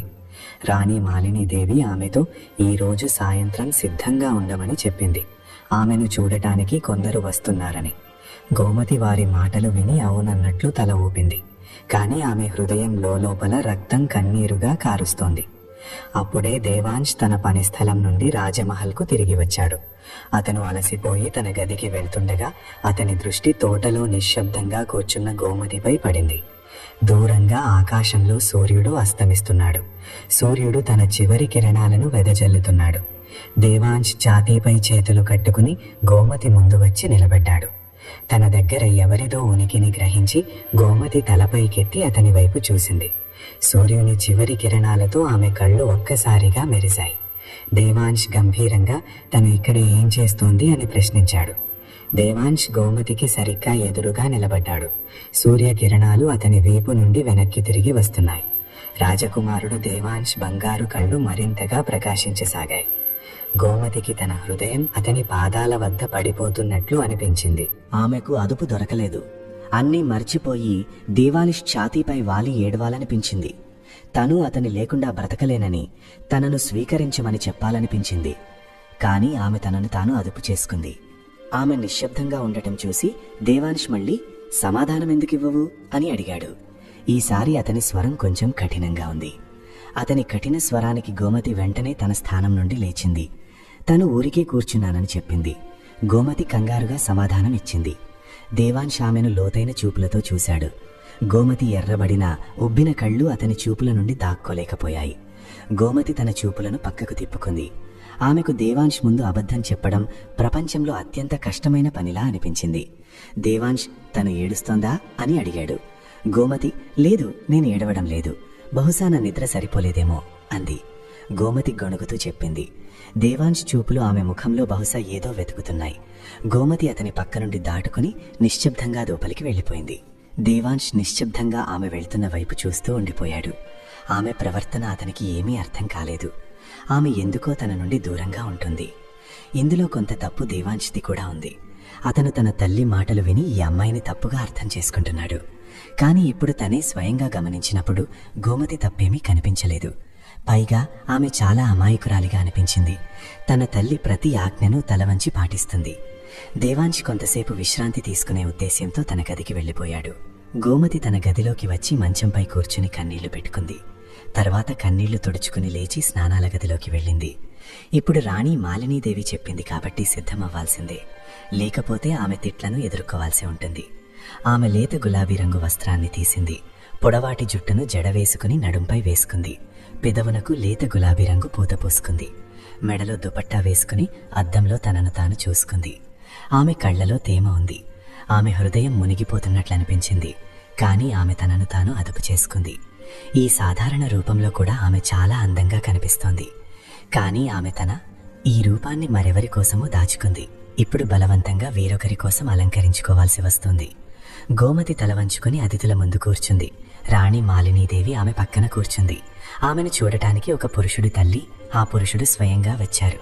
అతన్ని పురుషుడు అనడం కంటే మధ్య వయస్కుడు అంటే సుమారు 40 ఏళ్ల వ్యక్తి అనడం మరింత సరైనది. అతని చూపులు నిరంతరం గోమతిపైనే ఉన్నాయి. ఆ వ్యక్తికి గదిలో కూర్చున్న ఆడవారి గురించి కూడా ఏమాత్రం ధ్యాస లేదు. గోమతి నుదుటిపై చెమట బిందువులు మెరిశాయి. ఆ పురుషుడి తల్లి, వారి కొడుక్కి వాళ్ళ ప్రాంతంలోనే బూట్ల వ్యాపారం ఉంది. వాళ్ళ కొడుకు చాలా బాగా సంపాదిస్తాడు. వాళ్ళ ఇంట్లో దేనికి లోటు లేదు అంది. వాళ్ళు తమ కొడుకు కోసం చంద్రుడి లాంటి అమ్మాయి కోసం వెతుకుతున్నారు. ఆ పురుషుడి తల్లి 3వ తీపి వంటకాన్ని నోట్లో పెట్టుకుంటూ చెప్పింది. కానీ ఈ రోజు వరకు వాళ్లకు తమ కొడుకు కోసం ఏ అమ్మాయి నచ్చలేదు. వాళ్ళకున్నది ఒక్కడే కొడుకు. గోమతి హృదయం కుంగిపోయింది. రాణి మాలినీదేవి మధుర స్వరంతో వాళ్ల మాటలకు వంత పాడుతోంది. ఆ వ్యక్తి వయసు సుమారు 40 సంవత్సరాలు. ఆమె తన మధ్య వయసు కొడుకు కోసం 20 ఏళ్ల అమ్మాయి సంబంధం తీసుకువచ్చింది. రాణి మాలినీదేవికి కూడా ఈ సంబంధం పట్ల ఏ అభ్యంతరం లేదు. అతిథులతో సంభాషణ జరుగుతుండగానే అప్పుడే దేవాంశ్ తన తల్లి గదిలోకి వచ్చాడు. బహుశా ఆమెతో ఏదో మాట్లాడాలనుకున్నాడు. కానీ రాణి తన గదిలో లేదు. అందుకే అతను ఆమెను వెతుకుకుంటూ విశ్రాంతి గదిలోకి వచ్చాడు. లోపలి దృశ్యం చూసి అతను ఒక్క క్షణం ఉలిక్కిపడ్డాడు. ఎదురుగా కూర్చున్న 2-3 స్త్రీలు అసభ్యకరమైన దుస్తులలో తమ హోదాను చాటుకుంటున్నారు. నగలతో నిండిపోయి మెరిసే బట్టలు ధరించి వాళ్ళు ఎదురుగా ఉన్న ఫలహారాలను పూర్తిగా ఆస్వాదిస్తున్నారు. గోమతి ముందు కూర్చున్న ఆ వ్యక్తి నిరంతరం గోమతిని చూస్తున్నాడు. ఇదంతా చూసి దేవాంశ్కు ఆశ్చర్యంతో ఒక బలమైన షాక్ తగిలింది. వాళ్ళ రాజమహల్లోకి ఇలాంటి వాళ్ళు ఎప్పుడూ రాలేదు. కానీ ఈరోజు ఈ వ్యక్తులు వాళ్ళ రాజమహల్లోకి వచ్చారంటే అసలు ఎందుకు వచ్చారు, ఏం చేస్తున్నారు? అన్నిటికంటే ముఖ్యంగా అతన్ని ఎక్కువగా ఇబ్బంది పెడుతున్న విషయం ఏమిటంటే ఆ వ్యక్తి నిరంతరం గోమతిని చూస్తున్నాడు. అతనికి ఆ విషయం అస్సలు సహించరానిదిగా ఉంది. అతని గుండెకు ఒక దెబ్బ తగిలినట్లు అనిపించింది. అతను వెంటనే ముందుకు వచ్చి రాణి మాలినీదేవి ముందు నిలబడ్డాడు. దేవాంశి ఏమీ తెలియనట్లు నటిస్తూ ఇదంతా ఏమిటి అని ప్రశ్నించాడు. రాణి మాలినీదేవి కొడుకుని చూసి ఒక్కసారిగా కంగారు పడింది. దేవాంశ్ అకస్మాత్తుగా గది నుండి బయటకు వస్తాడని ఆమె అస్సలు ఊహించలేదు. అతను విశ్రాంతి తీసుకునే ఉద్దేశంతో పడుకునున్నాడు. అతను విశ్రాంతి తీసుకున్నప్పుడు 3-4 గంటల ముందు లేవడు.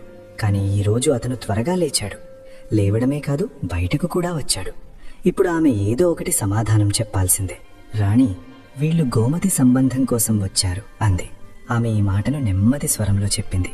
కాని దేవాంశ్ అక్కడికి రావడం వల్ల ఆమె కొంత ఇబ్బంది పడింది. అతిథుల చూపులు కూడా దేవాంశ్ పై పట్టాయి.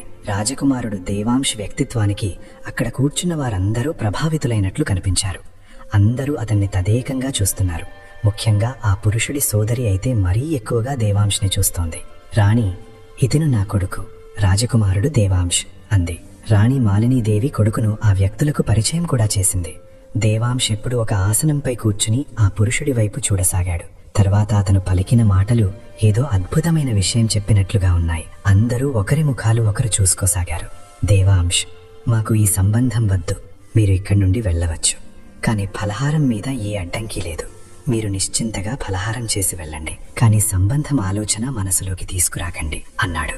దేవాంశ్ అత్యంత ప్రశాంత స్వరంతో చెప్పి లోతైన చూపులతో తలవంచుకుని కూర్చున్న గోమతి వైపు చూశాడు. గోమతి అతని మాటలు విని ఒక్క ఉదుటున తలపైకెత్తి అతన్ని చూసింది. వాళ్ళిద్దరి చూపులు కొన్ని క్షణాల పాటు కలిశాయి. రాణి మాలినీదేవి అకస్మాత్తుగా తన స్థానం నుండి లేచి నిలబడ్డాయి. ఆమె కోపంగా అతను ఏం మాట్లాడుతున్నాడు అని అడిగింది. దేవాంశ్, అమ్మా, మీరు ఈ మధ్య వయసు వ్యక్తితో గోమతి సంబంధం చేస్తారా? మీరు వాళ్ళిద్దరి వయసు వ్యత్యాసం చూశారా? అతను గోమతి కంటే 20 ఏళ్లు, బహుశా అంతకంటే ఎక్కువ పెద్దవాడై ఉంటాడు అన్నాడు.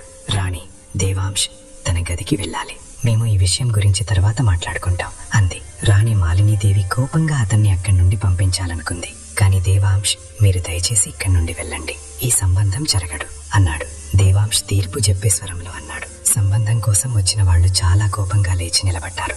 ఆ పురుషుడి తల్లి, మీరు మమ్మల్ని పిలిచే ముందు మీ కొడుకును అడగాల్సింది. మీ ముక్కు కింద ఈ రాజమహల్లో ఏం జరుగుతుంది అంది. రాణి మాలినీదేవి కోపంగా దేవాంశ్ని చూసింది. ఆమె అలాంటిదేమీ లేదు. ఆమె తన కొడుకు తరఫున వాళ్లను క్షమాపణ కోరుతోంది. కానీ ఆ స్త్రీ, లేదు, ఇంత అవమానం చాలు. మీరు ముందు మీ రాజమహల్ వ్యవహారాలు చూసుకోండి. మీ కొడుకు అయితే ఈ అమ్మాయి పెళ్లి కానివ్వడు. ఎందుకంటే అతని కళ్ళలో ఉన్నది మాకు కనిపిస్తోంది. మరి మీకెందుకు కనిపించడం లేదు అంది. ఆ స్త్రీ అత్యంత అమర్యాదకరంగా మాట్లాడింది. రాణి మాలినీదేవి వారిని ఆపుతూనే ఉంది. కానీ వాళ్ళు రాణి మాట ఒక్కటి వినలేదు. వాళ్ళక్కడి నుండి లేచి వెళ్లిపోయారు.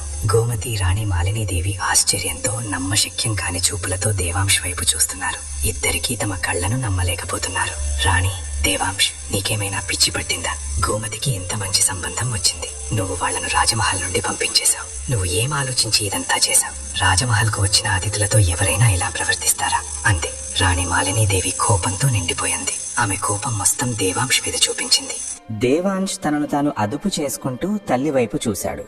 అతను, అమ్మా, మీకు ఈ సంబంధంలో ఏ లోపం కనిపించడం లేదా? ఆ వ్యక్తి గోమతి కంటే రెట్టింపు వయసు కలవాడు. మీరెలాంటి వ్యక్తితో గోమతి పెళ్లి చేయగలరు అన్నాడు. దేవాంశ స్పష్టమైన మాటల్లో అన్నాడు. గోమతి కళ్ళు ఆశ్చర్యంతో పెద్దవయ్యాయి. రాణి మాలినీదేవి ముందుగా తినేసేలాంటి చూపులతో గోమతిని చూసింది. తర్వాత ఆమె, దేవాంశ్కు ఈ సంబంధం పట్ల అభ్యంతరం ఎందుకు? ఇది వాళ్ళ సమస్య. ఆమె గోమతి పెళ్లి ఎవరితో చేసినా అతనికి దానితో ఏం సంబంధం అని అడిగింది. దేవాంశ్, నాకు అభ్యంతరం ఉంది అమ్మా. ఎందుకంటే నేను గోమతిని ఇష్టపడుతున్నాను. నేను ఆమెను పెళ్లి చేసుకోవాలనుకుంటున్నాను. మీరు ఈ విధంగా గోమతి చేతిని దారిన పోయే ఏ వ్యక్తికైనా ఇవ్వలేరు అన్నాడు. దేవాంశ్ ఈరోజు తన తల్లి ముందు నిలబడి గోమతి పట్ల తన ఇష్టాన్ని వ్యక్తపరిచాడు. దేవాంశ్ మాటలు విని రాణి మాలినీదేవి తలపై ఆకాశం పడినట్లు అయ్యింది. ఆమె నమ్మశక్యం కాని చూపులతో దేవాంశ్ వైపు చూసింది. ఏ విషయం గురించి ఆమె భయపడుతోందో ఈరోజు అదే విషయం నిజం రూపం దాల్చి ఆమె ముందు నిలబడింది. రాణి, దేవాంశ్కు పిచ్చి పట్టింది. అసలు తను ఏం మాట్లాడుతున్నాడో తెలుసా అంది. రాణి మాలినీదేవి కోపంతో అదుపు కోల్పోయి అరిచింది. దేవాంశ్ లోతైన శ్వాస తీసుకున్నాడు. అతను, అమ్మా, నేనేం మాట్లాడుతున్నానో నాకు బాగా తెలుసు అన్నాడు. రాణి మాలినీదేవి ఒక్క ఉదుటున గోమతి వైపు తిరిగి అత్యంత కోపంగా ఆమెను చూడసాగింది. ఆమె ముందుకు వచ్చి గోమతి చేతిని దారుణంగా పట్టుకుని మెలితిప్పింది. గోమతి నోటి నుండి ఒక తేలికపాటి కేక వెలువడింది. రాణి, చెప్పు, నువ్వెప్పుడు నా కొడుకు మీద వలవేశావు? అతన్ని నీ ప్రేమబంధంలో బంధించావు. మా ముక్కు కిందనే నువ్వు నీ అందం మాయను మా కొడుకు మీద ప్రయోగిస్తున్నావని మాకు తెలియనే లేదు అంది. రాణి మాలినీదేవి దారుణంగా అరుస్తోంది. ఆమె ఈ రకమైన ఆరోపణలకు గోమతి కళ్ళ నుండి కన్నీళ్లు కారసాగాయి. అవును, ఆమె దేవాంశ్ను ప్రేమిస్తోందనేది నిజమే. కాని దేవాంశ్ కూడా తనను ప్రేమిస్తున్నాడనే ఆశ ఆమెకు లేదు. ఈ రోజు దేవాంశ్ నోటి నుండి తన పట్ల ప్రేమ వ్యక్తమవడం విని ఆమె నిజంగా రాయిలా నిలబడిపోయింది. దేవాంశ్, అమ్మా, ఆమెను వదిలేయండి. ఏం చేస్తున్నారు? ఈ విషయంలో ఆమె తప్పేమీ లేదు. ఆమెకు ఈ విషయం గురించి ఏమీ తెలియదు అన్నాడు. దేవాంశ్ గోమతి చేతిని రాణి మాలినీదేవి చేతి నుండి విడిపిస్తూ అన్నాడు. గోమతి వెంటనే తన స్థానం నుండి 2 అడుగులు వెనక్కి జరిగింది.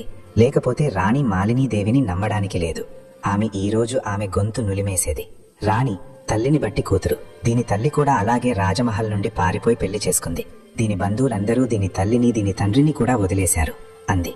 రాణి ఇంకా, అందుకే ఈ రోజు వరకు దీని బంధువులెవరూ దీన్ని తీసుకెళ్లడానికి రాలేదు. ఈ రోజు ఇది కూడా దాని తల్లి చేసినట్లే చేస్తోంది.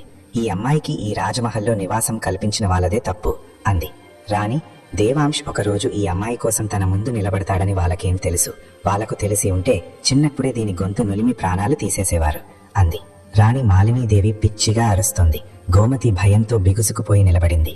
రాణి మాలినీదేవి మాటలు విని ఆమెకు భూమి బద్దలైతే అందులో కలిసిపోవాలనిపించింది. దేవాంశ్ ప్రేమ ఆమెకు గౌరవాన్ని, మర్యాదను ఇవ్వలేదు. బదులుగా ఆమెను అతని కళ్ళలోనే పడగొట్టింది. ఆమె చిన్నప్పటి నుంచే తన తల్లి గురించి అలాంటి నిందలు వింటూ వచ్చింది. ఈ రోజు ఆ నిందలకు గట్టి ముద్ర పడింది. ఆమె వెంటనే ఈ ప్రేమ నుండి వెనక్కి తగ్గింది. కాని రాజకుమారుడు దేవాంశ్ తన ప్రేమ నుండి వెనక్కి తగ్గేవాడు అస్సలు కాదు. ఎప్పుడూ తన తల్లి పేరుతో నిందలు వినడం వల్ల గోమతి హృదయం రక్త కన్నీరు కార్చేది. ఈ రోజు తన వల్లే తన తల్లిని చెడుగా తిడుతున్నారు. ఆ తల్లి కొన్ని సంవత్సరాల క్రితమే ఈ లోకాన్ని విడిచి వెళ్లిపోయింది. గోమతి, దయచేసి రాణిగారు, నా తల్లి గురించి అలాంటి మాటలు అనకండి. కాని రాణి మాలినీదేవి కోపంతో తల్లడిల్లి తన గదిలోకి వెళ్లిపోయింది. దేవాంశ్ గోమతి దగ్గరికి వెళ్ళాడు. ఏదో చెప్పాలనుకున్నాడు. కాని ఆమె వెనక్కి తగ్గి కన్నీళ్లతో నిండిన చూపులతో అతనిని చూస్తూ తన గదిలోకి పారిపోయింది. లోతైన శ్వాస తీసుకున్న దేవాంశ్ కూడా తన గదిలోకి వచ్చాడు. గోమతి ఎర్రబడిన, ఉబ్బిన కళ్లతో నిలబడింది. ఆమె నిర్ణయం తీసుకుంది. ఇప్పుడు తన మరణించిన తల్లిని చెడుగా మాట్లాడనివ్వదు. ఈ విషయానికి ఇప్పుడు ఒకే ఒక పరిష్కారం ఉంది. అది గోమతి తనను చూడటానికి వచ్చిన ఆ వ్యక్తిని పెళ్లి చేసుకోవడం. అందుకే రాత్రంతా మేలుకున్న తర్వాత ఆమె రాణి మాలినీదేవి ముందు తల వంచుకుని నిలబడింది. రాణి కోసేసే చూపులతో ఆమె వైపు చూసింది. కాని నోటితో ఏమీ అనలేదు. గోమతి, నిన్న తన కోసం వచ్చిన సంబంధానికి మీరు అవును అని చెప్పండి. నిన్న వాళ్లతో ఏం జరిగిందో దానికి తాను వాళ్లను క్షమాపణ అడగడానికి కూడా సిద్ధంగా ఉంది అంది. రాణి మాలినీదేవి మొదటిసారి కళ్ళు పైకెత్తి ఆమె వైపు చూసింది. ఆమె తన కొడుకును తనకి వ్యతిరేకంగా రెచ్చగొట్టిన తర్వాత ఇప్పుడు తన ముందు నిర్దోషిగా నటించాలనుకుంటోంది అంది. రాణి ఇంకా, ఏది ఏమైనా తన కొడుకు పెళ్లి అలాంటి అమ్మాయితో చేస్తుందని అది తన భ్రమ అంది. గోమతి నిశ్శబ్దంగా తల వంచుకుంది. ఆమె జీవితంతా అవమానం నుండి తప్పించుకోవాలనుకుంది. అందుకే ఆమె ఈ నిర్ణయం తీసుకుంది. రాణి మాలినీదేవి అదే సమయంలో ఆ వ్యక్తులకు సందేశం పంపి క్షమాపణ కోరింది. అదే వారంలో వివాహ తేదీని ఇచ్చింది.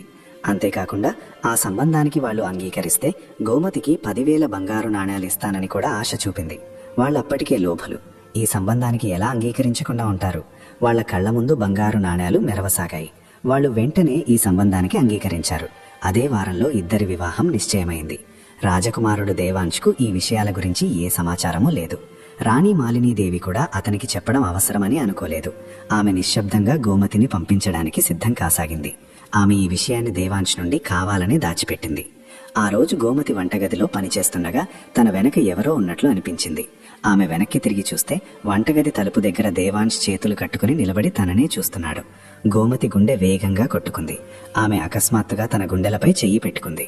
ఎందుకో తెలియదు, దేవాంశునికి ఆమె నుదుటిపై చెమట పట్టించింది. దేవాంశ్ నెమ్మదిగా నడుస్తూ ఆమె దగ్గరికి వచ్చాడు.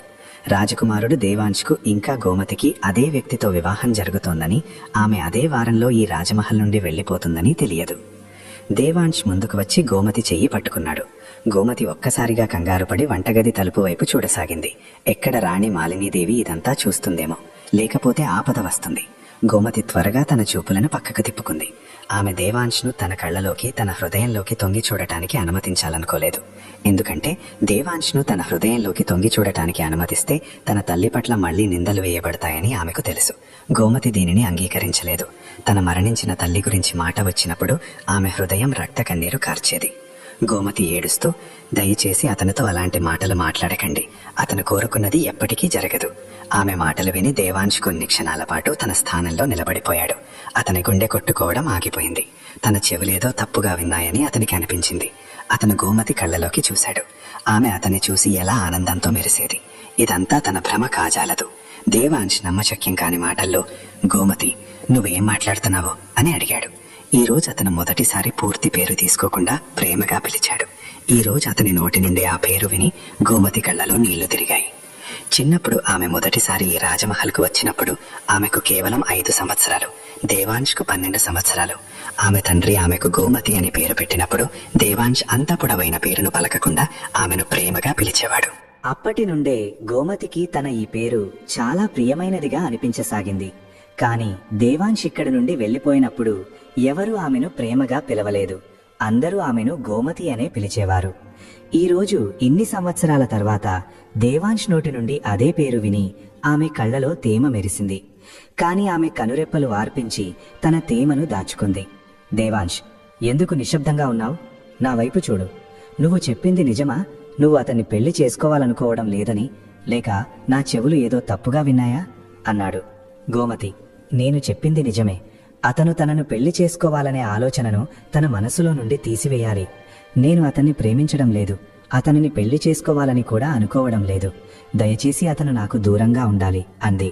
గోమతి అతని పట్టు నుండి నెమ్మదిగా తన చేతిని విడిపించుకుంటూ తన కన్నీళ్లను దాచుకోవడానికి తన ముఖాన్ని పక్కకు తిప్పుకుని నిలబడింది. దేవాంశ్ ఆశ్చర్యపోయాడు.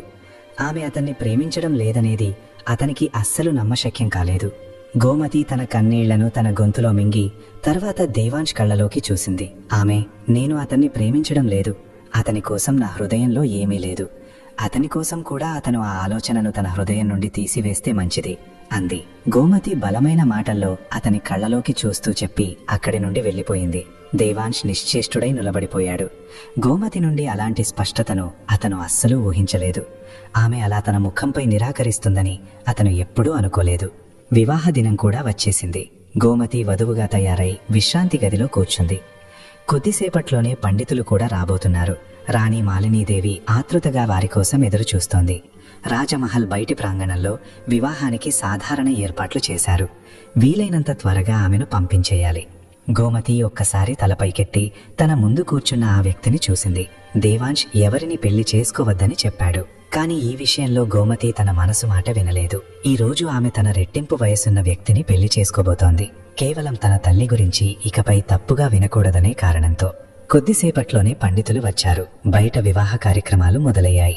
దేవాంశ్ తన పని స్థలంలో కూర్చున్నాడు. తన వెనుక రాజమహల్లో ఏం జరుగుతుందో అతనికి ఏమాత్రం తెలియదు. ఎందుకో తెలియదు, అకస్మాత్తుగా అతని గుండె చంచలం అవ్వసాగింది. ఏదో తప్పు జరుగుతోందని అతనికి అనిపిస్తున్నట్లు. అతను ఆందోళనగా రాణి మాలినీదేవికి సందేశం పంపాలనుకున్నాడు. కాని ఆ సమయంలో ఆమె వివాహ ఏర్పాట్లలో నిమగ్నమై ఉంది. అందుకే అతని సందేశం చేరలేదు. ఇప్పుడు అతనికి లోతుగా ఏదో తప్పు జరుగుతోందని అనిపించసాగింది. అతను గోమతికి కూడా సందేశం పంపాడు. కాని ఆమె కూడా సందేశం తీయడం లేదు. అతని గుండె మరింత దారుణంగా చంచలమైంది. దేవాంశి ఏమీ ఆలోచించకుండా పని స్థలం నుండి లేచి నేరుగా రాజమహల్ వెళ్లడానికి సిద్ధమయ్యాడు. తనకిదంతా ఏం జరుగుతుందో అతనికి అర్థం కాలేదు. తన గుండె ఎందుకు ఇలా చంచలంగా ఉంది? ఏదో చాలా తప్పు జరగబోతుందని మాత్రం అతనికి అర్థమైంది. అతను రాజమహల్లోకి ప్రవేశించగానే రాజమహల్లో సందడి చూసి అతను తీవ్రంగా ఆశ్చర్యపోయాడు. ఇంతమంది అతిథులు తమ రాజమహల్లో ఎందుకు గుమిగూడారో అతనికి అర్థం కాలేదు. అతను ఏమీ తెలియనట్లు ముందుకు వెళ్ళాడు. కాని ఎదురుగా ఉన్న దృశ్యం చూసి అతను తన స్థానంలో నిశ్చేష్టుడై కదలకుండా నిలబడిపోయాడు. గోమతి ఎరుపు రంగు దుస్తులలో అలంకరించబడి వధువుగా కూర్చుంది. ఆమె పక్కన అదే మధ్య వయస్కుడు కూర్చున్నాడు. పండితులు వివాహ తంతు జరుపుతున్నారు. రాజకుమారుడు దేవాంశ్ సింహం గర్జన లాంటి స్వరం ప్రాంగణమంతా ప్రతిధ్వనించింది. ఈ వివాహం జరగదు. గోమతి ఒక్కబుదుటున తల పైకెత్తింది. రాణి మాలినీదేవి అయితే ఆశ్చర్యపోయి నిలబడిపోయింది. దేవాంశ్ అకస్మాత్తుగా వస్తాడని, వివాహాన్ని ఆపేస్తాడని ఆమె కలలో కూడా ఊహించలేదు. రాణి మాలినీదేవి నెమ్మదిగా కాని కఠిన స్వరంతో, ఈ వివాహం ఆగకపోతే అతను నిశ్శబ్దంగా ఇక్కడి నుండి వెళ్లిపోతే మంచిది. గోమతిని రాజమహల్ నుండి పంపించేయండి. గోమతి అయితే పూర్తిగా రాయిలా మారిపోయింది. దేవాంశ్, మీరు ఆమె తల్లి. మీరు ఆమె ప్రేమను ఆమె నుండి లాక్కుంటున్నారని మీకు తెలియదా అన్నాడు. అతను మీ ముందు చేతులు జోడిస్తున్నాడు. ఆమెకు అలా చేయకండి అన్నాడు. దేవాంశ్, అతను గోమతి లేకుండా ఉండలేడు. ఆమె లేకుండా ప్రాణాలు విడిచిపెడతాడు. మీ కొడుకు మరణం మీకు సమ్మతమా? ఈ అమ్మాయి పట్ల మీ హృదయంలో ఉన్న ద్వేషాన్ని తీసివేయండి అన్నాడు దేవాంశ్. మీరు ద్వేషించడానికి గల కారణం నిరాధారం. బదులుగా మీరు మీ స్థానంలో తప్పు చేస్తున్నారు. మేము ఆమెకు అపరాధులం. మీరు ఈ విషయాన్ని ఎందుకు అంగీకరించడం లేదు అన్నాడు. దేవాంశ్, ఆమె తల్లిదండ్రులు ఆమెతో లేకపోవడానికి కారణం నాన్నగారు తమ తప్పులకు ప్రాయశ్చిత్తం చేసుకున్నారు. ఈ అమ్మాయి తలపై చెయ్యి పెట్టి రాజమహల్ ఇచ్చి ఆమెను చూసుకొని ఆమె అవసరాలను తీర్చి అన్నాడు. దేవాంశ్, కానీ మీరు ఎందుకు అపరాధులవుతున్నారు? అంతా మర్చిపోండి. ఈ అమాయకురాలిపై అన్యాయం చేయడం ఆపేయండి అన్నాడు దేవాంశ్ మొండిగా ప్రశాంత స్వరంతో చెప్పి తర్వాత అతిథుల వైపు తిరిగాడు. దేవాంశ్, నేను ఇంతకు ముందు కూడా వాళ్లను ఈ రాజమహల్ నుండి వెళ్లగొట్టాను. ఇప్పుడు మళ్లీ వెళ్లగొడుతున్నాను. మీరు మీ ఈ అతిథులను మీ ఈ సోకాల్డ్ పెళ్లి ఊరేగింపును తీసుకుని తిరిగి వెళ్ళండి. లేకపోతే దీనికంటే చెడ్డది ఏదీ ఉండదు అన్నాడు దేవాంశ్ కోపంతో పిచ్చివాడిలా అరిచాడు. అతను ఈ రకమైన కోపం చూసి వాళ్లు వెనక్కి వెళ్లిపోయారు. కాని వెళ్తూ వెళ్తూ రాణి మాలినీదేవికి 4 మాటలు చెప్పడం మాత్రం మర్చిపోలేదు. రాణి మాలినీదేవి కోపంగా కొడుకు వైపు చూసింది. అతను ఆమె ఒక్క మాట కూడా వినడానికి సిద్ధంగా లేడు. దేవాంశ్, పండితుడితో వివాహ కార్యక్రమాలను ప్రారంభించండి. వివాహం తప్పకుండా జరుగుతుంది. ఇప్పుడే జరుగుతుంది అన్నాడు. దేవాంశ్ గోమతి పక్కన కూర్చుంటూ చెబుతున్నాడు. గోమతి నమ్మశక్యం కాని చూపుడుతో అతన్ని చూడసాగింది. రాజకుమారుడు దేవాంశ్ ముఖంపై ఆ సమయంలో రాయిలాంటి భావాలు ఉన్నాయి. గోమతి ఏమీ చెప్పడానికి ధైర్యం చేయలేకపోయింది. కొద్దిసేపట్లోనే ఇద్దరి వివాహం జరిగింది. రాణి మాలినీదేవి ఆశ్చర్యపోయి నిలబడిపోయింది. ఆమె ఈ అమ్మాయిని దేవాంశ్ నుండి దూరంగా ఉంచడానికి సాధ్యమైన ప్రతి ప్రయత్నం చేసింది. కాని ఆమె తన ప్రయత్నాలలో విజయం సాధించలేకపోయింది. రాజకుమారుడు దేవాంశ్ గోమతిల బంధం జీవితాంతం కోసం రాసిపెట్టి ఉంది. గోమతి నిశ్శబ్దంగా కూర్చుంది. ఆమె ఆలోచనా శక్తి, గ్రహణ శక్తి మొత్తం కోల్పోయింది. దేవాంశ్ నవ్వి గోమతి వైపు చూశాడు. కాని ఆమె నవ్వలేకపోయింది. ఆమె చూపులు రాణి మాలినీదేవి కోపంతో నిండిన ముఖంపై నిలిచి ఉన్నాయి. ఆమె గుండె ఒక ఆకులా వణుకుతోంది. ఇప్పుడు ఆమె జీవితాంతం తన తల్లి పేరుతో నిందలు వినవలసి వస్తుంది. వాళ్ళిద్దరి పెళ్లి అయితే అయింది. కాని ఇంకా ఇద్దరు భార్యాభర్తల్లాగా జీవించడం లేదు. గోమతి తన గదిలో విడిగా ఉంటుంది. దేవాంశ్ కూడా ఆమెను తన గదిలోకి తీసుకెళ్లమని అడగలేదు. 1 వారం మొత్తం గడిచింది. గోమతి అతని ముందు రాలేదు. అయితే దేవాంశ్ ఆందోళనగా ఆమెను వెతికేవాడు. ఆమె కనిపించినప్పుడు అతను లోతైన నిట్టూర్పు విడిచేవాడు. ఆ రోజు అతను పనిస్థలం నుండి వచ్చినప్పుడు అతని తల చాలా విపరీతంగా నొప్పిగా ఉంది. ఈ రోజు పనిస్థలం నుండి రావడానికి అతనికి ఆలస్యమైంది. రాజమహల్కు చేరుకునేసరికి అర్ధరాత్రి అయింది. తన తల్లికి సందేశం పంపి ఈ రోజు రావడానికి ఆలస్యమవుతుందని, వాళ్లు ఎదురు చూడవద్దని, భోజనం చేసి రమ్మని చెప్పాడు. ఇప్పుడు అతను పనిస్థలం నుండి రాజమహల్కి వచ్చినప్పుడు తలనొప్పి వల్ల తల బద్దలయ్యేలా ఉంది. స్నానం చేసి శుభ్రం చేసుకుంటే బహుశా తలనొప్పి తగ్గుతుందని అనుకున్నాడు. కాని స్నానం చేసిన తర్వాత కూడా తలనొప్పి తగ్గలేదు. బట్టలు ధరించి మెడలో ఒక వస్త్రం వేసుకుని అతను వంటగది వైపు వెళ్లాడు. ఒక పానీయం తయారు చేసుకునే ఉద్దేశంతో. కాని వంటగదిలో వెలుగుతున్న దీపం చూసి అతను ఆశ్చర్యపోయాడు. లోపలికి వెళ్ళగా గోమతి వంటగదిలో నిలబడి తన కోసం పానీయం తయారు చేసుకుంటోంది. ఎన్ని రోజుల తర్వాత ఈ రోజు అతనికి గోమతి కనిపించింది. ఎవరో ఉన్నట్లు అనిపించడంతో గోమతి గుండె దారుణంగా కొట్టుకుంది. ఆమె అకస్మాత్తుగా వెనక్కి తిరిగి చూస్తే అతను మెడలో వస్త్రం వేసుకుని తడి జుట్టుతో తననే చూస్తున్నాడు. గోమతి, మీరు ఈ సమయంలో వంటగదిలో ఉన్నారా అని అడిగింది. ఎన్ని రోజులుగా తన నుండి దాక్కుంటున్న ఆమె ఈ రోజు అకస్మాత్తుగా అతని ముందు ప్రత్యక్షమైంది. దేవాంశ్ నెమ్మదిగా నడుస్తూ ఆమె దగ్గరికి వచ్చాడు. అతను, అవును, తలనొప్పిగా ఉంది. ఒక పానీయం తయారు చేసుకునే ఉద్దేశంతో వచ్చాను. ఇప్పుడు నువ్వు వంటగదిలో ఉన్నావు కాబట్టి నువ్వే తయారు చెయ్యి అన్నాడు. అతను కళ్ళలో నిండా ప్రేమతో ఆమెను చూస్తున్నాడు. గోమతి గుండె చాలా వేగంగా కొట్టుకోసాగింది. కాని అతని తలనొప్పి గురించి విని ఆమె ఆందోళన చెందింది. గోమతి ఆందోళనగా, తలనొప్పి ఎక్కువగా ఉందా? ఎక్కువగా ఉంటే ఏదైనా మందు తీసుకోండి అంది. దేవాంశ్, తన ప్రతి బాధకు మందు నువ్వే, కాని ఎందుకో తెలియదు నువ్వు తన నుండి దూరంగా పారిపోతావు అన్నాడు. దేవాంశ్ తన 2 చేతులను గోమతి భుజాలపై ఉంచి ఆమెను కొంచెం తన దగ్గరికి లాక్కున్నాడు. గోమతి గుండె వేగంగా ఎగిరిపడింది. గోమతి, దయచేసి అతను తనకు దూరంగా ఉండాలి, ఒకవేళ రాణిగారు చూస్తే అంది. కాని ఆమె ఈ భయం చూసి దేవాంశ్ నవ్వాడు. దేవాంశ్, ఇంకా తల్లికి భయపడుతున్నావా? ఇప్పుడు నువ్వు తన భార్యవయ్యావు అన్నాడు. దేవాంశ్ నెమ్మదిగా తన వేళ్లతో ఆమె బుగ్గలను తాకుతూ అన్నాడు. దేవాంశ్, భార్యాభర్తలు ఒకరికొకరు ప్రతి బాధకు మందు అని విన్నానని చెప్పాడు. కాబట్టి నువ్వు కూడా తన బాధకు మందు అయిపో అన్నాడు. తన తలను ఆమె మెడపై ఉంచుతూ అతను అన్నాడు. అతని మత్తులో మునిగిన స్వరం, అతని వెల్లువెత్తిన భావాల వల్ల గోమతి సిగ్గుపడింది. కాని రాణి మాలినీదేవి భయం కూడా ఆమె హృదయంలో పాతుకుపోయింది. ఆమెను అలా భయపడినట్లు చూసి దేవాంశ్ కొంచెం వెనక్కి తగ్గాడు. అతను, సరే, ఒక పానీయం తయారు చెయ్యి, ఇలా భయపడాల్సిన అవసరం లేదు అన్నాడు. అయితే లోపల దేవాంశ్ హృదయం ముక్కలైంది. తన భార్య తనతో ఒకే రాజమహల్లో ఉంటుంది, కాని తన దగ్గర లేదు. దేవాంశ్, పానీయం తయారు చేసి గదిలోకి తీసుకురా, అప్పటి వరకు నేనొక మందు తీసుకుంటాను, తలనొప్పి చాలా ఎక్కువగా ఉంది అన్నాడు. అతను నిశ్శబ్దంగా వంటగది నుండి వెళ్లిపోయాడు. అతని మాటల్లోని నిరాశకు గోమతి హృదయం బాధపడింది. ఆమె అతని భావాలను అర్థం చేసుకోగలదు, కాని తనలోని భయానికి ఏం చేస్తుంది? ఆమె తడిసిన కళ్లతో పానీయం తయారు చేయసాగింది. హృదయంలో ఒక సంఘర్షణ జరుగుతోంది. తన కోసం అందరి ముందు నిలబడిన ఈ వ్యక్తిని తాను బాధపెడుతోంది. నిండు సభలో ఆమె పట్ల తన ప్రేమను వ్యక్తపరిచాడు. ఆమెను ఆ మధ్య వయస్కుడి నుండి కాపాడాడు. ప్రతిసారి తన తల్లి ముందు ఆమె కోసం నిలబడేవాడు. అతన్ని బాధపెట్టి తాను పాపంలో పాలు పంచుకోవడం లేదా? ఆమె లోపల ఒక భయంకరమైన సంఘర్షణ జరుగుతోంది. కొన్ని ఆలోచనలు రాగానే ఆమె వెంటనే పోయి ఆపి పానీయం తీసుకోకుండానే దేవాంశ్ గది వైపు కదిలింది. కొన్ని క్షణాల పాటు ఆమె గుండె కంగారు పడింది. కాని ధైర్యం చేసి లోపలికి ప్రవేశించింది.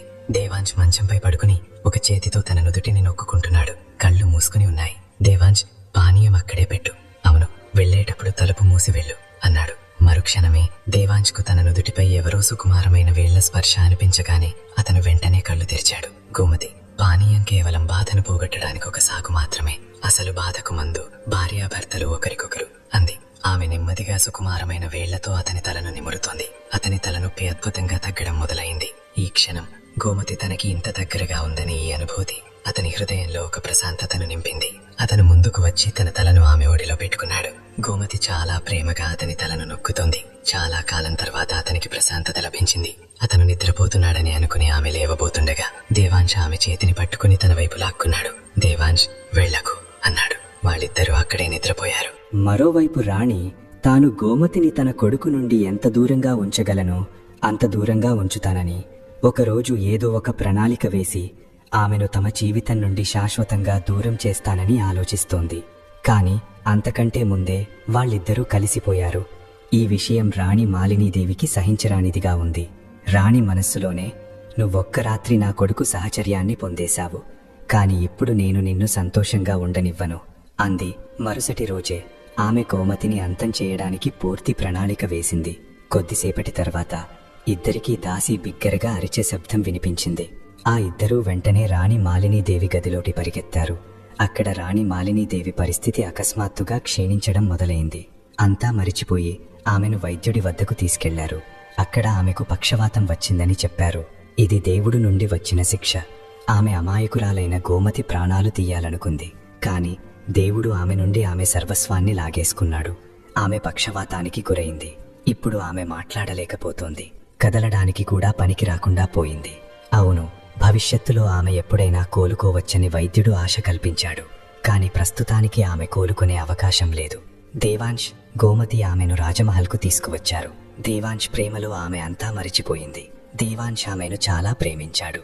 పగలంతా ఆమె రాణి మాలినీదేవి సేవలో నిమగ్నమై ఉన్నప్పటికీ రాత్రికి దేవాంశ్ తన తల్లికి వచ్చినప్పుడు ఆమెను ఒక్క క్షణం కూడా తన నుండి దూరంగా ఉండనిచ్చేవాడు కాదు. రాత్రి కోసం దేవాంశ్ తన తల్లికి ఒక దాసిని ఏర్పాటు చేశాడు. ఆ రాత్రి ఆమె అలసిపోయి గదిలోకి రాగానే దేవాంశ్ ఆమెను లాగి తన చేతుల్లోకి తీసుకున్నాడు.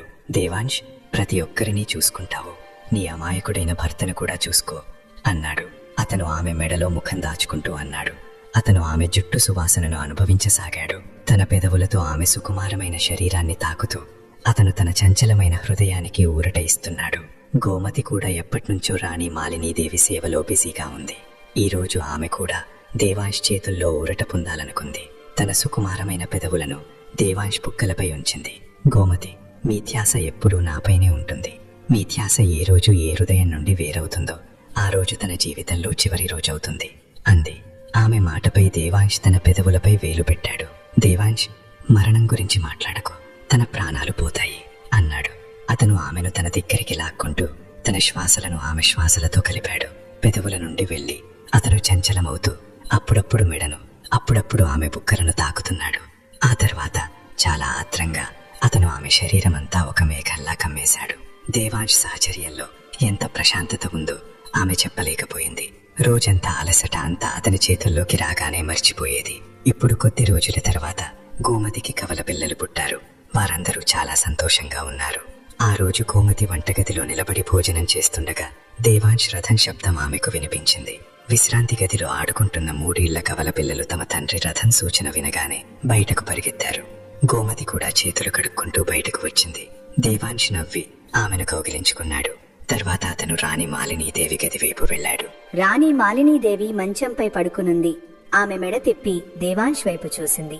ఇన్ని సంవత్సరాలలో రాణి మాలినీదేవి పరిస్థితిలో కేవలం ఒక మార్పు వచ్చింది. అది ఆమె ఒక చెయ్యి, ఒక కాలు బాగా కదపగలుగుతోంది. అయితే మరో చేతి వేళ్లు కూడా నెమ్మదిగా కదలడం మొదలుపెట్టాయి.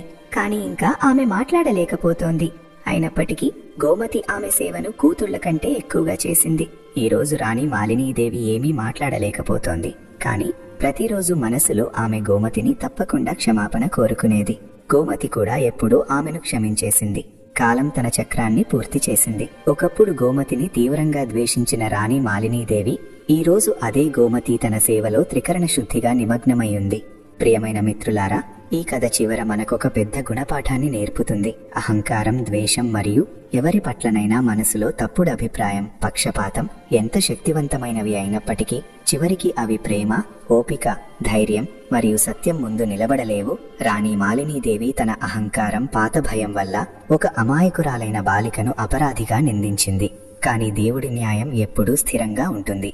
ఒక వ్యక్తి అన్యాయం యొక్క అన్ని హద్దులు దాటినప్పుడు ప్రకృతి స్వయంగా సమతుల్యతను నెలకొల్పుతుంది. గోమతి అవమానం, బాధ, అన్యాయం భరించిన తన మంచి సంస్కారాలు, దయ, ఓపికను విడిచిపెట్టలేదు. ఆమె ఎప్పుడూ ప్రతీకారం తీర్చుకునే మార్గాన్ని ఎంచుకోలేదు. బదులుగా సేవ, క్షమాపణ, ప్రేమలను తన ఆయుధాలుగా చేసుకుంది. అందుకే కాలంతో పాటు ఒకప్పుడు ద్వేషానికి పాత్రురాలైన గోమతి గౌరవానికి, మమతకు ప్రతీకగా మారింది. దేవాంశ్ ప్రేమ నిజమైన ప్రేమ కేవలం భావోద్వేగాల పేరు కాదని, అది ధైర్యం, బాధ్యత మరియు సత్యం కోసం నిలబడే సాహసం కూడా అని చూపిస్తుంది. అతను సమాజం, తన అధికారం మరియు తన తల్లి వ్యతిరేకత ఉన్నప్పటికీ అన్యాయం ముందు తలవంచడానికి ఎప్పుడూ అంగీకరించలేదు. చివరికి ప్రేమ మరియు దయా మార్గాన్ని ఎంచుకున్న వ్యక్తి అతనే నిజమైన విజేత అని ఈ కథ మనకు సందేశాన్ని ఇస్తుంది. ద్వేషం కొద్దిసేపు మాత్రమే ఉంటుంది, కానీ ప్రేమ కాలంతో పాటు అన్నిటినీ మార్చివేస్తుంది. దేవుడు ఆలస్యం చేయవచ్చు, కానీ అన్యాయాన్ని ఎప్పటికీ అంగీకరించడు. ఇదే ఈ కథ యొక్క నిజమైన గుణపాఠం మరియు సారాంశం. ప్రియమైన మిత్రులారా, మరి మీకు మా ఈ కథ ఎలా అనిపించింది? కథ బాగుంటే కమెంట్ బాక్స్ లో తప్పకుండా తెలియచేయండి. మరి ఈ రోజుకి ఇంతే. తదుపరి వీడియోలో మరో కొత్త కథతో కలుద్దాం. అప్పటి వరకు సంతోషంగా ఉండండి. మీ మరియు మీ ఆత్మీయుల సంరక్షణ తీసుకోండి. జై శ్రీ రాధే కృష్ణ.